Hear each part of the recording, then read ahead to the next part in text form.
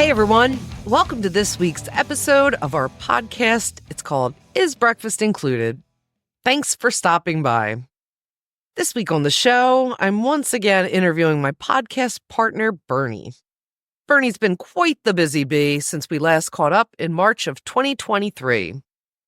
Since then, Bernie worked for Adam Clayton for all 40 shows of U2's Sphere Residency. He also just finished a 9-date run with Duran Duran. And together, we have put out an additional 65 IBI episodes, bringing our total to 170 episodes. Anyway, enough gushing. Let's check it out. I'm sitting here with my podcast partner, Bernie Guerra. Hola. And we're not going to go through the formalities that we usually do and tell everybody who you are. Yeah. It's a real great impression. Yeah. No. No, we're just going to get right into it. Everybody knows who you are. And obviously, all the listeners have listened to all of our episodes and, you know, they're familiar with your origin story. Yeah. So, Well, that one guy isn't, but we're not going to. Yeah. Screw that guy. Okay. So let's just get straight into it. So you recently finished a 9-date run with Duran Duran. I did. Yeah. I did. How was that? It was cool. It was cool to get back to, as they say, get back to the old family. Mm-hmm. But it was cool. You know, we had, I think it was, I want to, and there's no official thing, but I think they were warm-up shows for what's coming up in Europe in July. And but I wouldn't call them warm-up shows because they were so good. Like, Yeah. we didn't have a bad show. And I know that even the crew was talking amongst themselves of how good the band was sounding. Mm-hmm. So That's great. you came to a show, 2 shows. Yeah, the Vegas shows, and they put on a really, Yeah, it was good, right? yeah, very energetic, very good. So can you tell us about what a typical day in your life is like when you're working with Duran? With Duran. Yeah. I guess, I mean, the typical day for any tech is kind of different.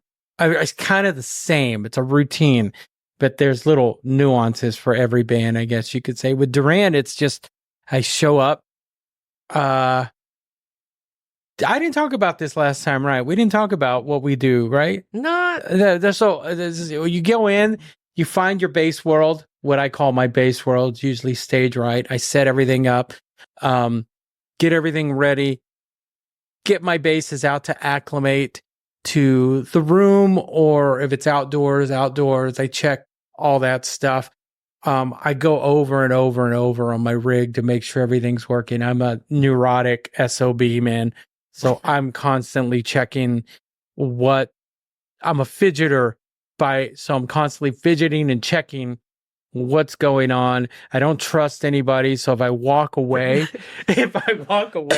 from my rig, I come back and check everything. Cause secretly in my mind, everyone's out to get me and they're unplugging things. So, and then, once I do that, I go set up a warm-up room for the band along with, one of the other techs, Kevin, on the crew. We set up a warm-up room for the band. When they show up, they go in there and they jam. They put out ideas, lay down ideas until the show. I do the show, wrap it up, roll it in the truck, and do it all over the next day. Eat pizza at the end of the night because we all love pizza every night.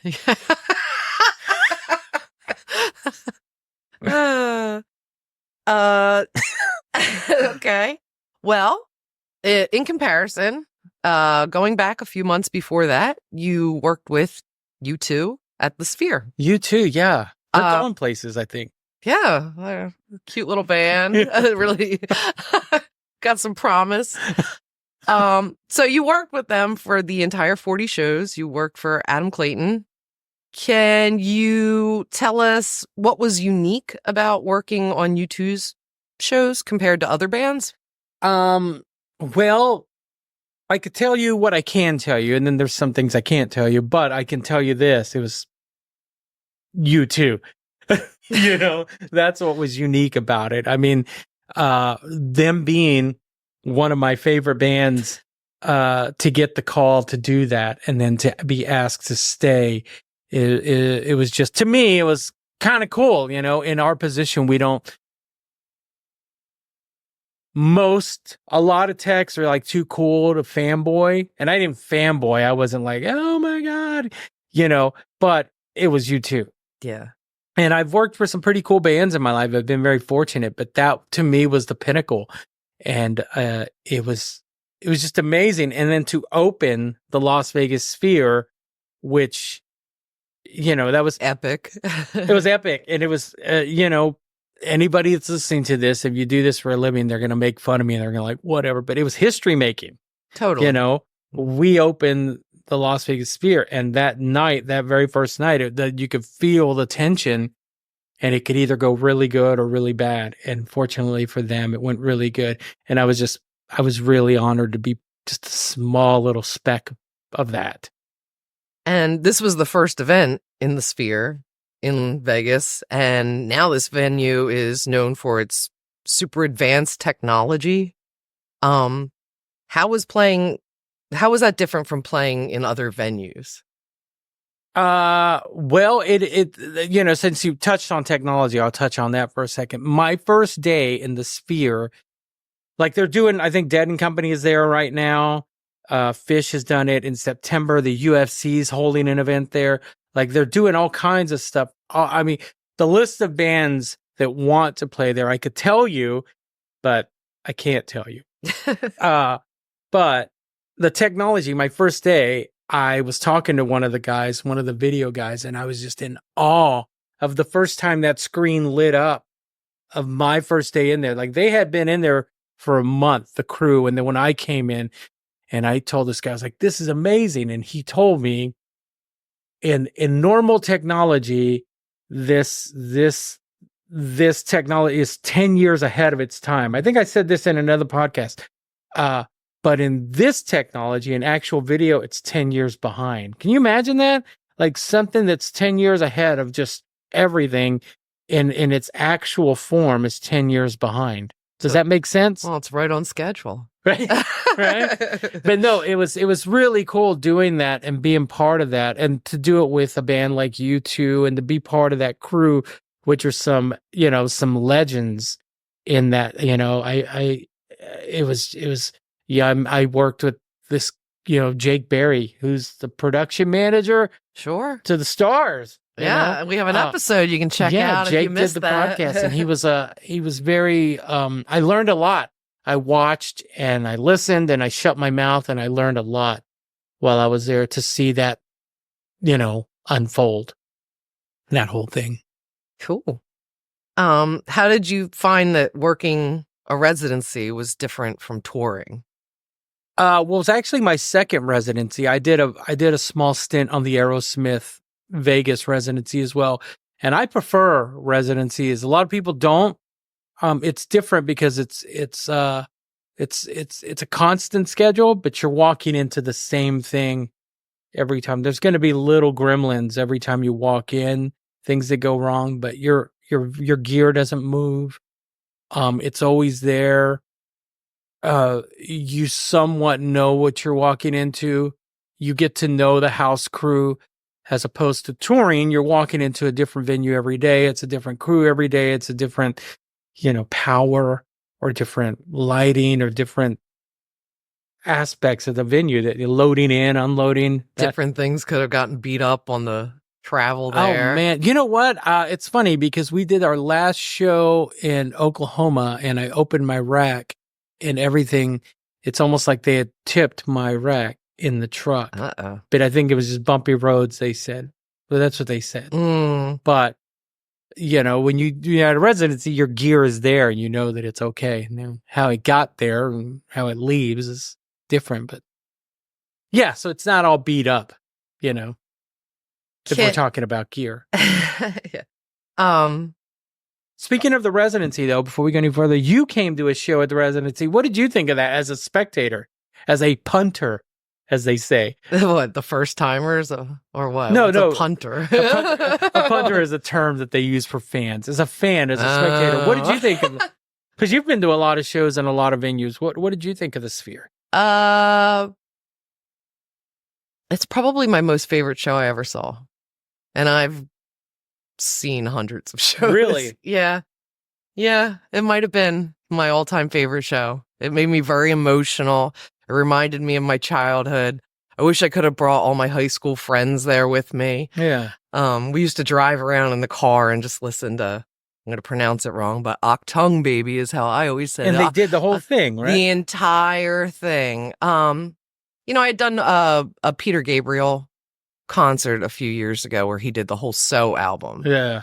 That's the only one that really compared because there's something about just doing the whole album from beginning to end, exactly how the people listen to it, mostly when we grew up listening to records, and there's just something very nostalgic about it and just very, I don't know, if you really like the artist, it's a real treat to hear it like that. Yeah. So, and then also just being in the Sphere in general was really cool. Yeah. And then, knowing somebody like you and getting to go, check out some of the stuff backstage, and you actually brought us up on stage, and that was pretty neat. How many people can say they were on the stage at the Sphere? I would guess very few. Yeah. But yeah, it was amazing. So I thought that was a really awesome opportunity for you. It was nostalgic. I felt it every night. Mm-hmm. I'm not above saying I'm a fan. I'm not above. In 2017, I went to see U2 on the Joshua Tree anniversary tour, and I remember thinking, like, man, what's going on back there? That's the problem with being a crew guy. Because you can't really enjoy the show because you're like, oh, what are they doing back there? Yeah, yeah. And then here I was, 2023, being part of that machine and seeing it, and every night hearing those songs and getting the same chills on my arms. And then it became a routine. Like I knew I had to go stand out from under the stage during this song. Well, they also, didn't you say they rehearsed daily? All the time. And that was like before every show, correct? Yeah. I don't know if I could say this, but I'm going to say it because I don't think they're listening. But I have the utmost respect, as much as I did before going in. Like, I mean, they put out the Joshua Tree. It's like, how can you argue with that? But going in there and also then Rattle and Hum, Tune Baby, they put them all out and all those great albums, all those great songs, and then to see like, wow, they put in the work. Yeah, especially 40 years into it when they could just really put in the work. They could rest on their laurels, but they don't. I couldn't believe the work they put into it, and it was just very, to me, as a fan, it was, I think about it and I think, wow, like this is, it was very cool. Yes, definitely. I was very proud of you. Oh, thank you. Can you discuss any specific instruments or gear that Adam favored during the shows, or? Yes, I think. I mean, I did a video, which is really cool. It's a lot about me on this thing, isn't it? Like me. I did this. I don't want to sound like that, but I'm asking you questions about what you did. when I got there, they did something. They said we're going to interview the crew, and they said I was working alongside Adam's longtime tech. I wasn't his go-to guy. Mm-hmm. He trusted me enough to keep me to be his second go-to guy. Well, it's a pretty big gig. Yeah.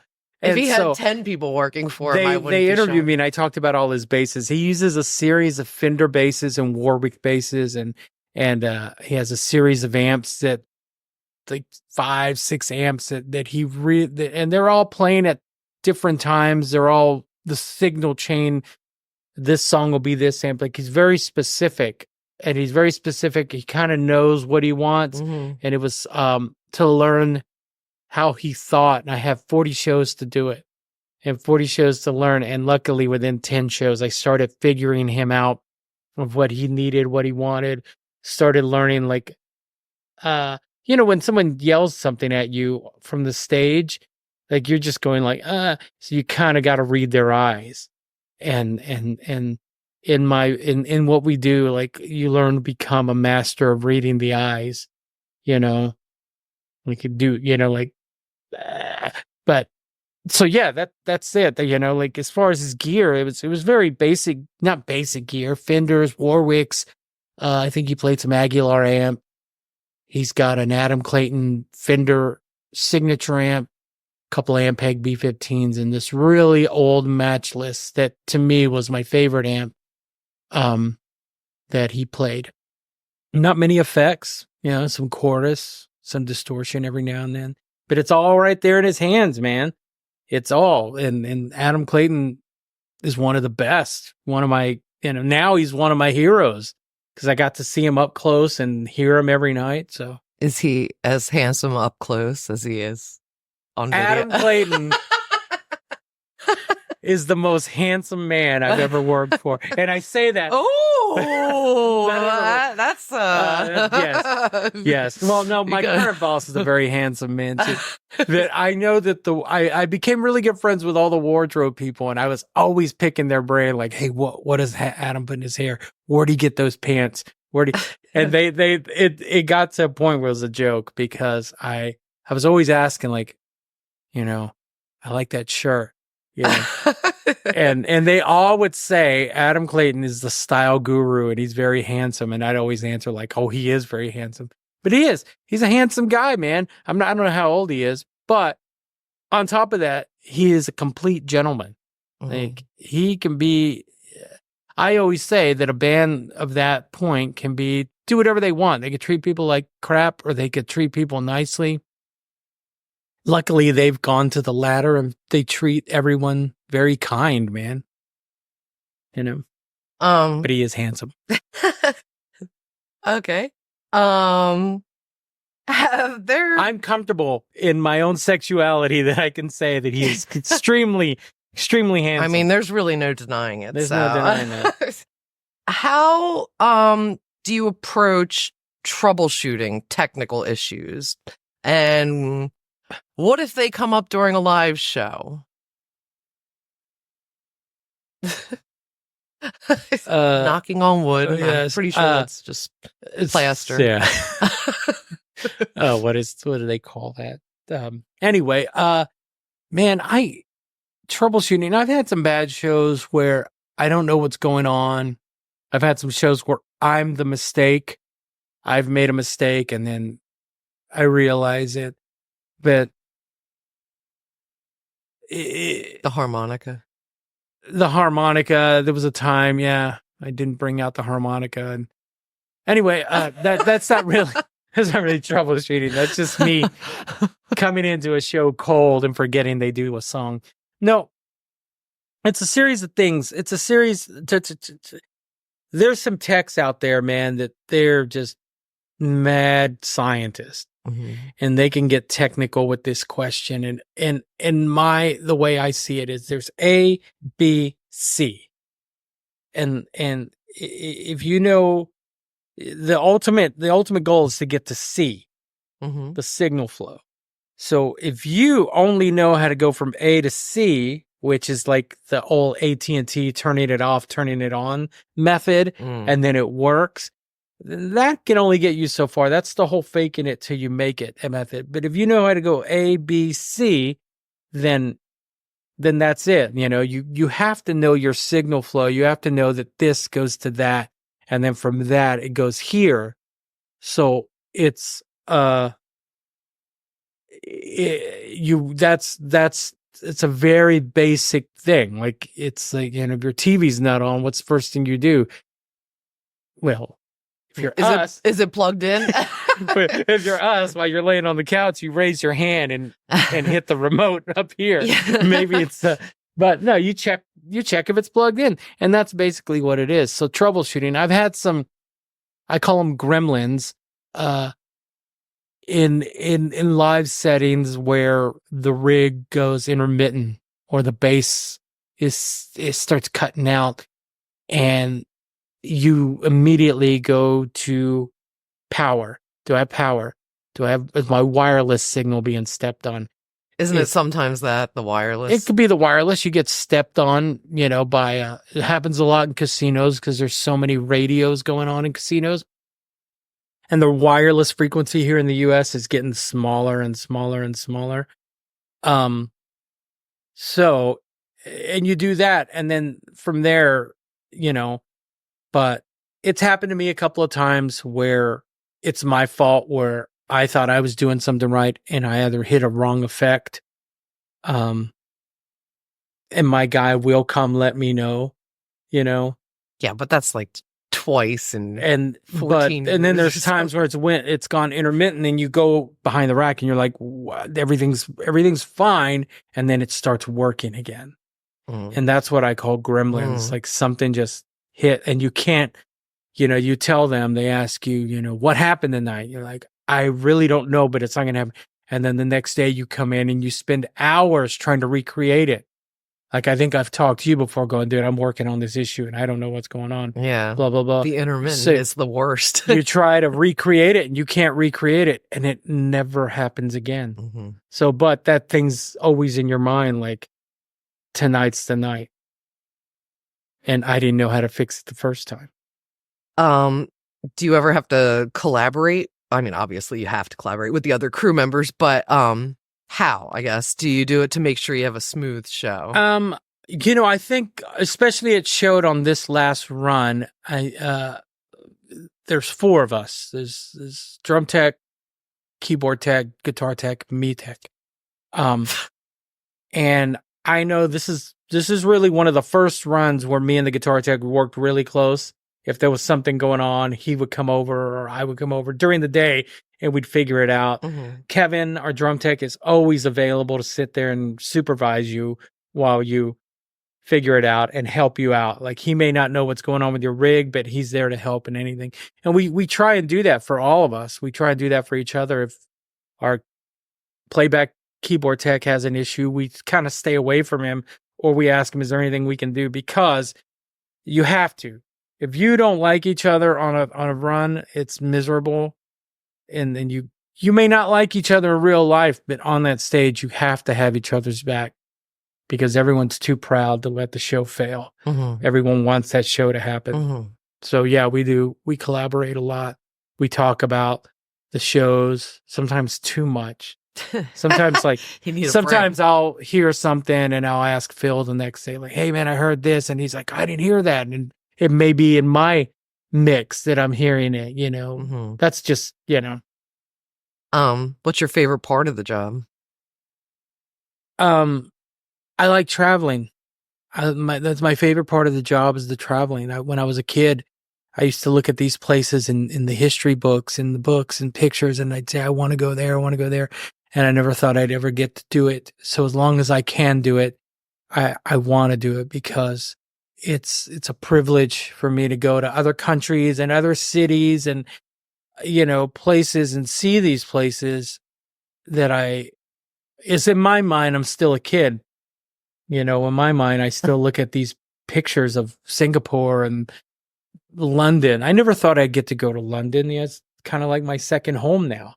Yeah, I never thought I'd ever. After Vegas, I'd say it's your favorite. After Vegas, yeah. Vegas has lately taken over as my second home.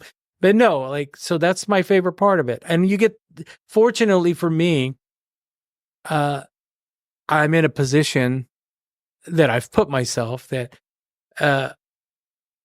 if a band calls and I'm not really, they're not my bag, I'll politely turn it down or refer somebody. But if a band calls that I dig, I'll take the gig and I get to hear my favorite songs every night.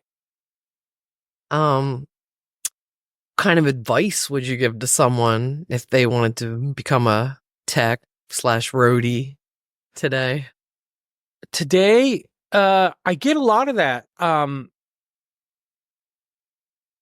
That is a hard question because I think there's 3 levels. There's the A level, B level, C level techs. And I remember when I started doing this, someone said, you're a C level guy, but you're going to work yourself. You have the potential to be an A level guy, which I still don't think I am. But I think to be in either one of those levels, you have to know, like, it's not about the party. It's not about, it's about the gig and being able to see these places that I talked about. You have to be able to do the gig to do that, to enjoy that.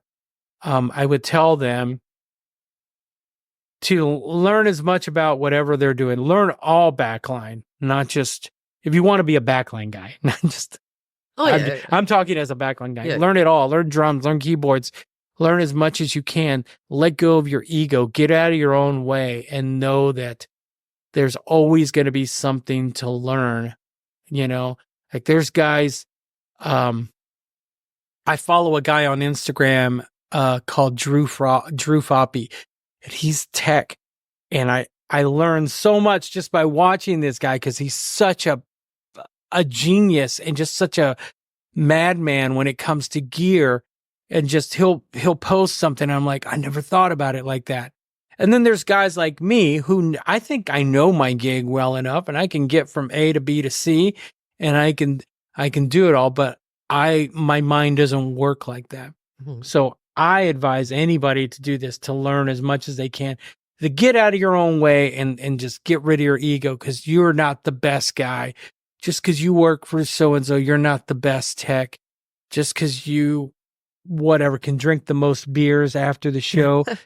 It's not about that. It's about the gig. We're all there for the same thing. So just, know that it's about the gig ultimately. And don't be a dick, don't be a jerk to the local guys because it's their house. That's what advice that I was given early on, like, be nice. And it's something I try to do every day on the gig, is just be nice. It's your little sticker in your work box.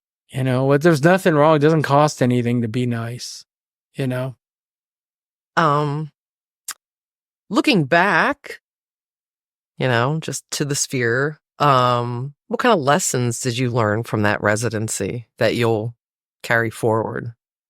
Well, this is going to sound very cheesy, but I learned to be thankful for what I was ending a tour with Duran Duran when I got that call, and I got it on the last day of the tour, and I had nothing ahead of me, work wise. I learned that, I'm, as somebody who has, who has little confidence in what they do. And I feel like, I don't know if it's imposter syndrome. Like I shouldn't be, I don't know.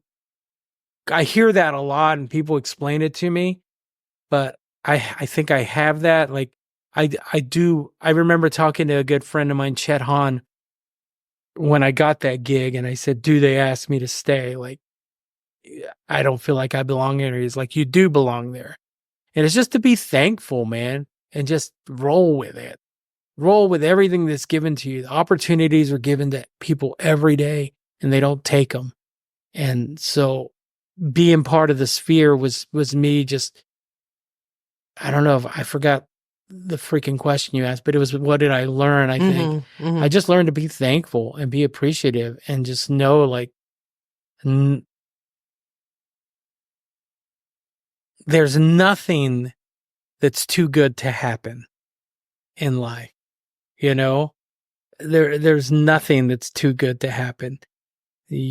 People go, oh, that's too good, whatever, but nothing is too good to happen. I guess that's the one thing I learned, and I may never be at that level again. I may never see those cats again, but I did it, and I know I did it. I'm pretty sure you'll get called back. You're just being humble. Ooh. But let's switch gears just a bit. You want to talk about? We're not going to talk about me anymore. Well, then we can talk about you. I'm joking. We're just going to talk a little bit about the podcast. Oh, so like I said, or maybe I didn't say yet, but our last episode we did together was number 105, and this episode will be 170.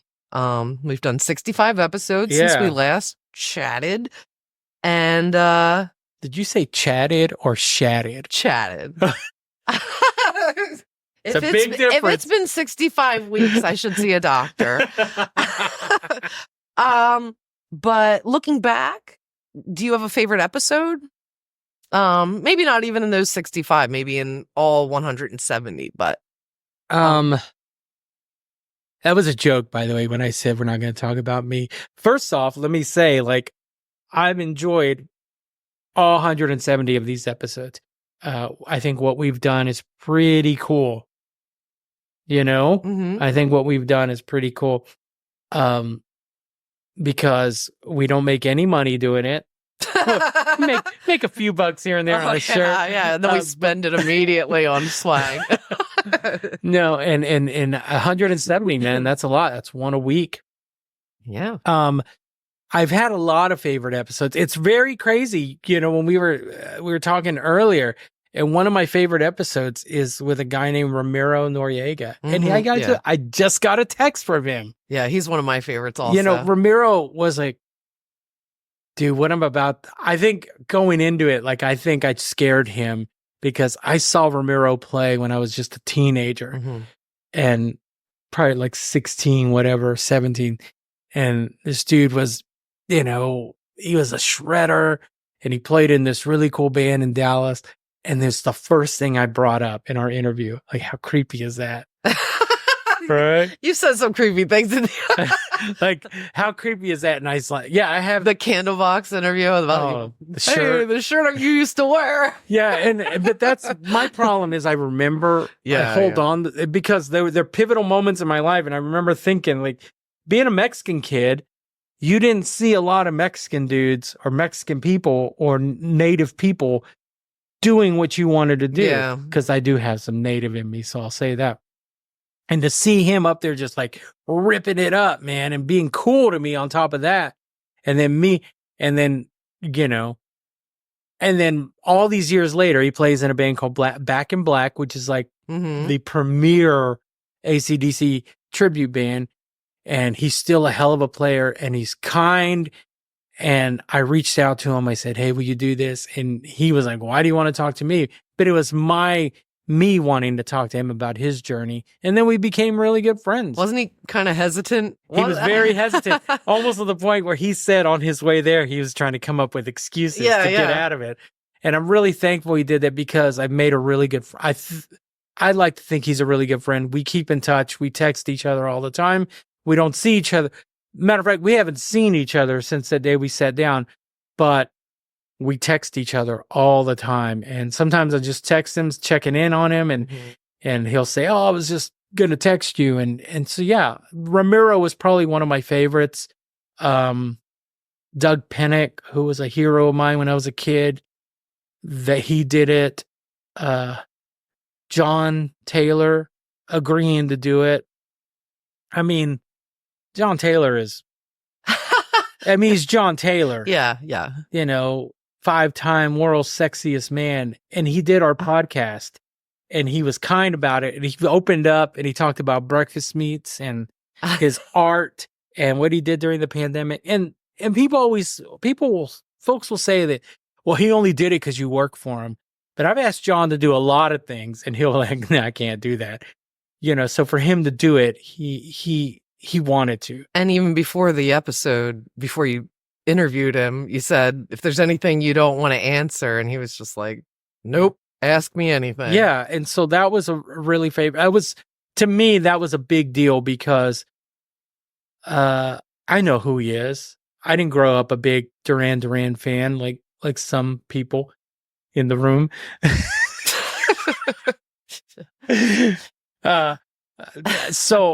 But I know who he is, and I know what he's done, and that was a big deal. And then we've had other guests, Paige Hamilton, who did it early, Ian Moore, who was also another creepy thing when I interviewed Ian Moore. I'm just a creepy person, I guess. I don't know. I don't think so. I think you're just a fan. I am a fan. I'm always going to be a fan, and I'm always going to think like a fan, you know? Yeah. Those were some good What ones. was your favorite episode? Well, I would have to say, I really super enjoyed the Marcarelli episode. Mark. I didn't know anything about him going in. You had mentioned that he has retinitis pigmentosa, and it's a very rare disease that I carry a gene for. My sister also does, and my mom has the disease. And he was very open to talking about it. I don't think I've ever met anyone who even has heard of the disease, let alone has it. Yeah. And we're just kind of part of this very special, unfortunate, but, small club. And to just have someone who understands kind of, the issues and the struggles that my mom goes through. And, I don't know. It was, to make a stupid pun, it was eye-opening.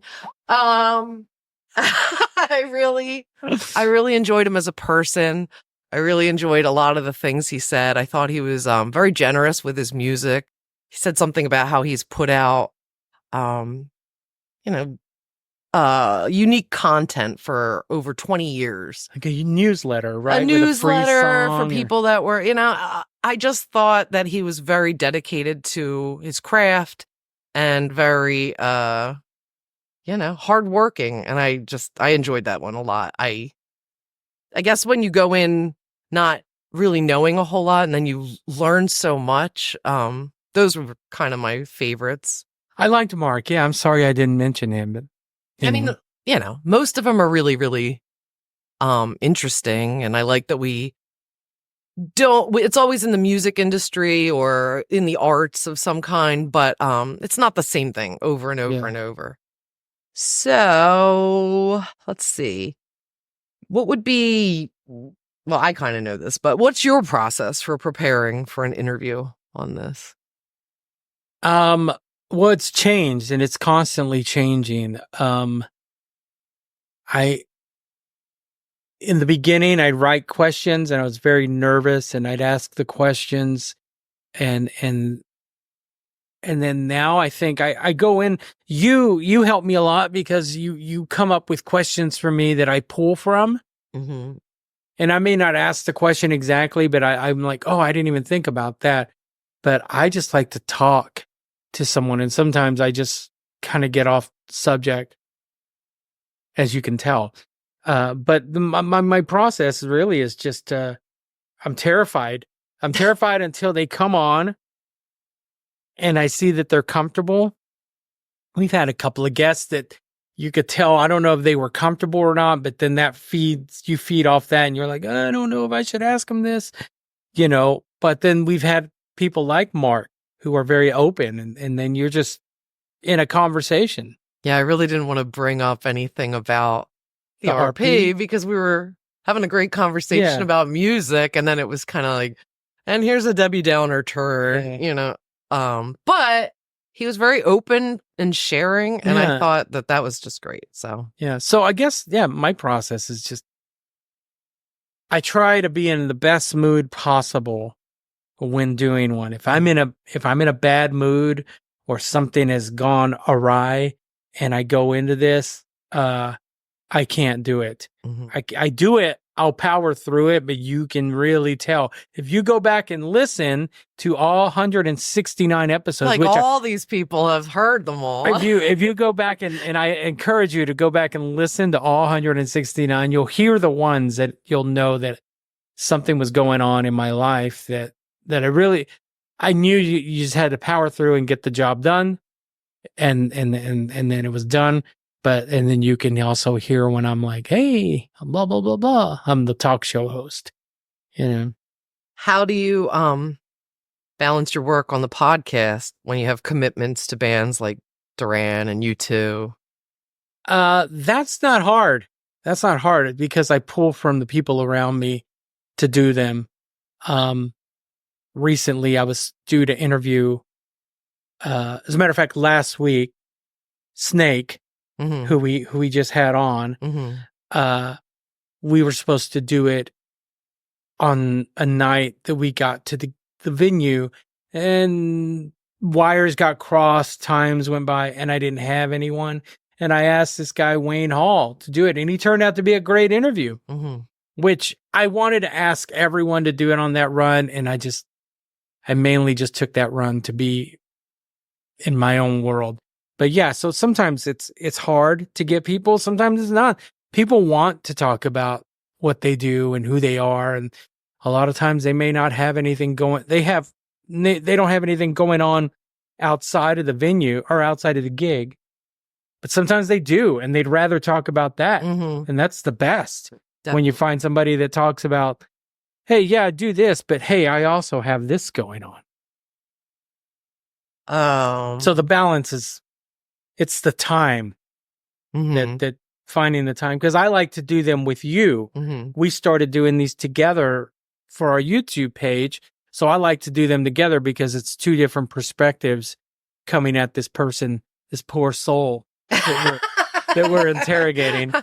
So if I usually try and schedule them when you know, around your schedule, and sometimes that can happen, but. And sometimes we just need to get it done. Sometimes we just need to get it done, man. For all you people that think doing a podcast is easy, it is not easy. What do you think makes the two of us as co-hosts and partners? What do you think makes us work well? I'll say this. Or do we work well? Just kidding. I think what it is, I'll have to word this correctly and word it. Be very careful. Be very careful. No, I'm just teasing. I think anything there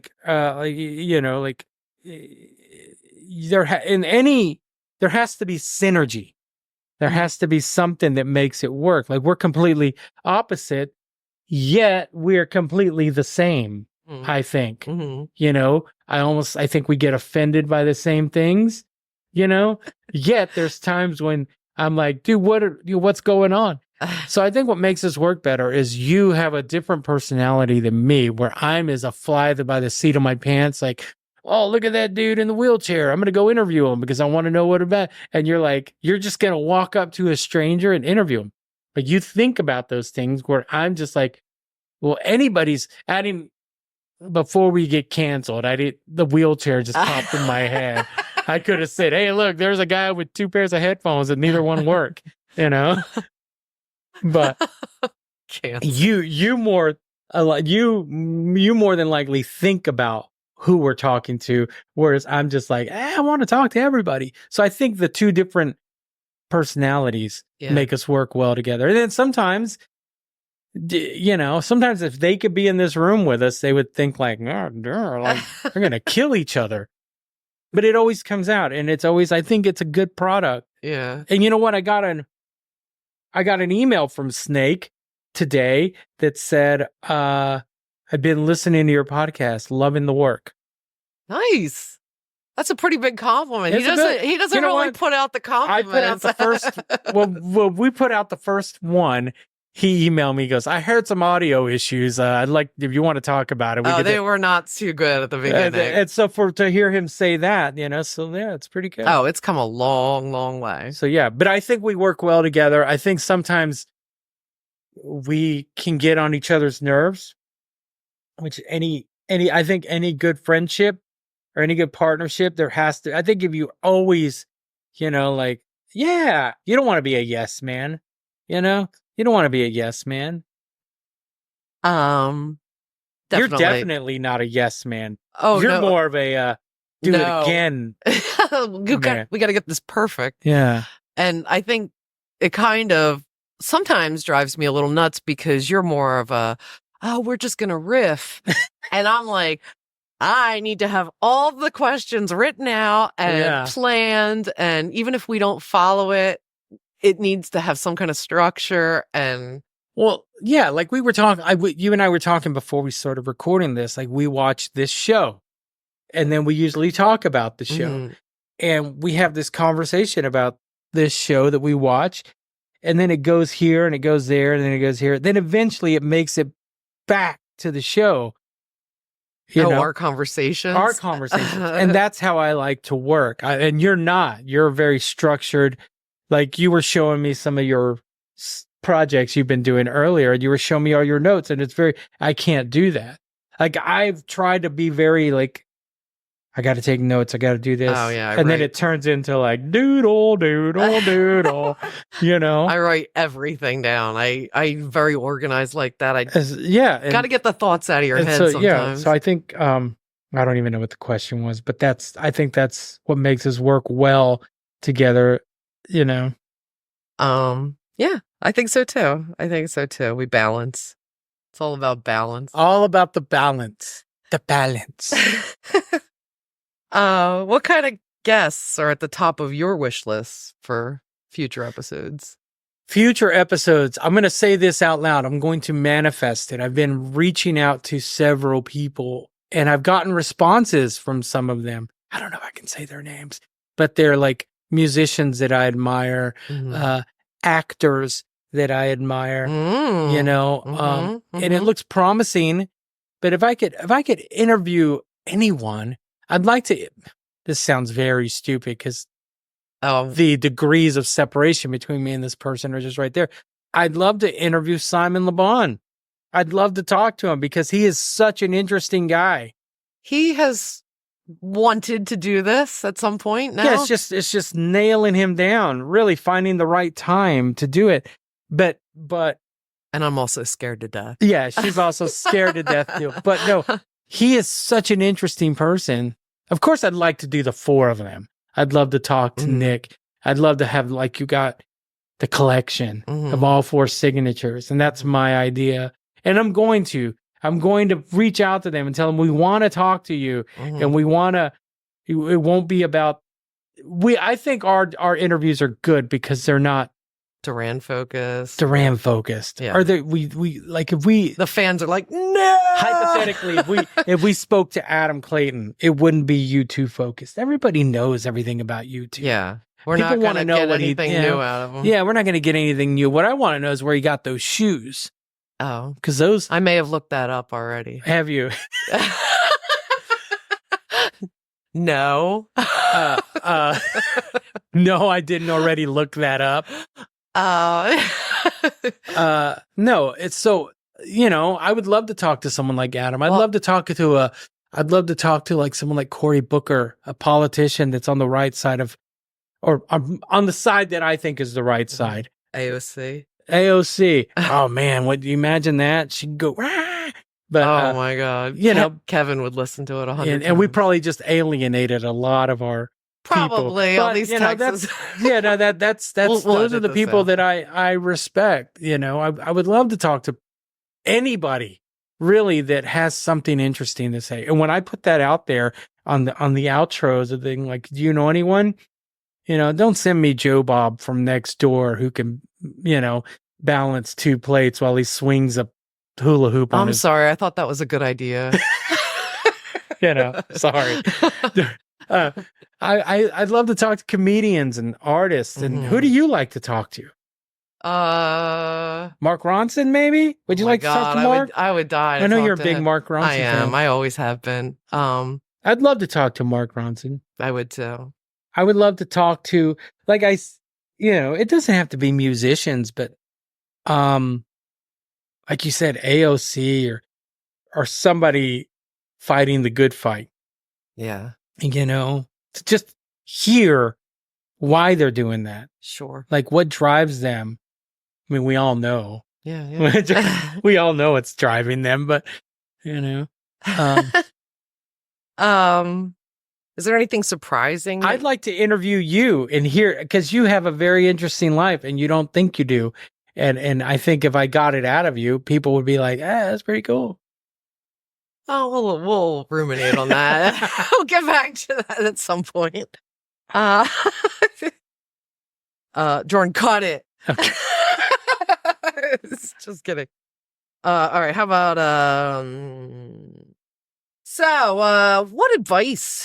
what kind of advice would you give to someone wanting to start out and have their own podcast in today's oversaturated market?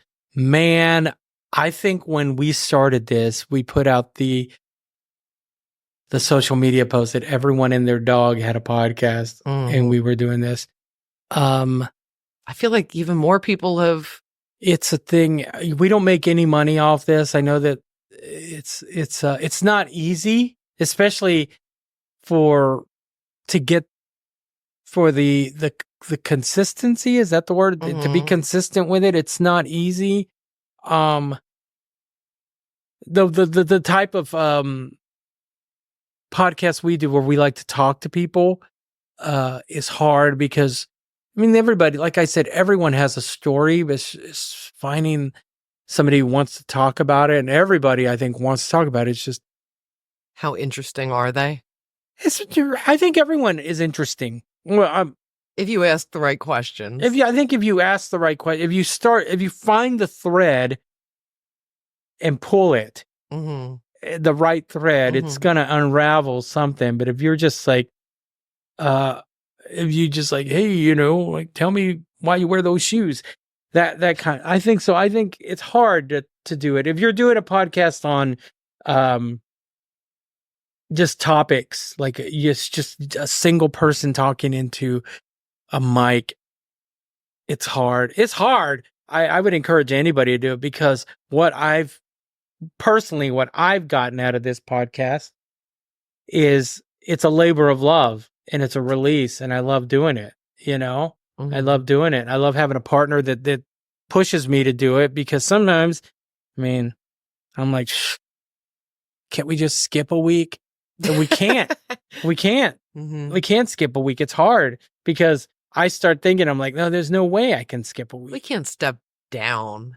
No, I don't think it would be stepping down, but it would be letting ourselves down. Yeah. I like it how it goes. So I think it's hard. It's and I think that's why I know it's a labor of love, because we keep doing it and we keep pushing forward and just gaining momentum. And I think we're gaining a lot of momentum. Just keep adding on to our fan base little by little. It's just like you have to lose weight little by little. You don't want to put it all on at once or take it all off, because it won't stick. But when I hear from people like, well, when we got that email from, I'm going to say his name because he's been a very constant presence since, John Savoy from Canada. The guy that was trying to order the shirt showed up at a U2 show wearing our shirt. Yeah. I've seen a bunch of our shirts out there. Kept in touch. And, like, it's just, it makes me feel good. It makes me feel like we're touching one person. Yeah. Which has always been kind of my thing. Like, if you can make one person smile today, that you've done your job. If you can reach one person with this. And you do get a lot of feedback, like a lot of texts on Friday where people, and we have, we've got our fans. Yeah. Pants. Stop it. Melissa Pants. No, we do. So, yeah. So what do you see for our future? Is breakfast included? Breakfast, definitely. I don't know. I think we're going with this. We started our 4th year, right? Our 4th, just a big deal to us. I'd like to make it to the 5th year. I'd like to, make some of these people we'd like to speak with reality. Yeah. Yeah. Like to break even. Maybe break even this year. Stop buying mugs. Just kidding. Mugs? Well, those mugs that you got all of us. Oh, yeah. Yeah. Oh, those tumblers. They were cheap. It was a deal. No, like I'd like to, I just kind of like to keep it going and keep it going smooth the way we have been doing it. What are yours? What would you like for this podcast? I just would love to, we had our first sponsor. We did. And, I would love to get more sponsorships and just keep continuing to grow our audience. And I'd love to hear more feedback. I'd love to hear, even I hate this about you. Don't ever, ask this question or, good feedback. I love the feedback. Really, our email, what's our isbreakfast@gmail.com? Sure. Send us questions, send us feedback. Let us know if we suck or don't. Or just post on our YouTube, or Instagram, Facebook, whatever, I like that stuff. I think that that'll give us incentive to just keep trying to make everything better. Yeah. And hopefully we can just continue on bringing you bigger and better guests or, better sound or. Yeah. And if you don't, it's not about the money, but I'll tell you this, if you subscribe and if you like, and if you comment on Apple Podcasts, any of that helps us more than anything. Because that shows in a world of likes and follows, that's what we need most of all. Totally. So don't just tell us you listen. Actually show us you listen by liking and subscribing. We promise we're not going to sell your stuff or send you a bunch of... Well, I think we're having a contest coming up pretty soon, right? Yeah, sure. We're going to try to give away some t-shirts and... some tumblers that we have too many. I've got a couple extra tumblers. No, we're going to have some contests. That's going to be on our Instagram real soon. And so make sure you're listening to these episodes because we might pull some questions or something out of those. You never know. No, we're not sure exactly what we're going to do. You never know what we're going to pull out of our hat. All right. Well, this has been very educational. Been fun, right? Yeah. Did you have fun? I did. I thought it was very good to catch up. If anyone knows Simon Le Bon, let them know we want to interview him. It was a joke, Charlie. Well, it was great. It's good talking to you, Lisa. It was good talking to you, too. A lot of fun. Definitely. And, yeah. Talk to you next week. Right on. That was a lot of fun, right? Me, Lisa Lederman. Is breakfast included? You can find out more about our podcast at isbreakfast.com. You can link to our Instagram, our store, pick up a shirt, our YouTube, and our podcast page, which you can also stream at Spotify and Apple Podcasts. Make sure you like, subscribe, comment, leave us a rating, all that good stuff, man. It helps us out a lot. All right, guys, I am done. Thanks for tuning in. Have a great day. We'll talk to you next week.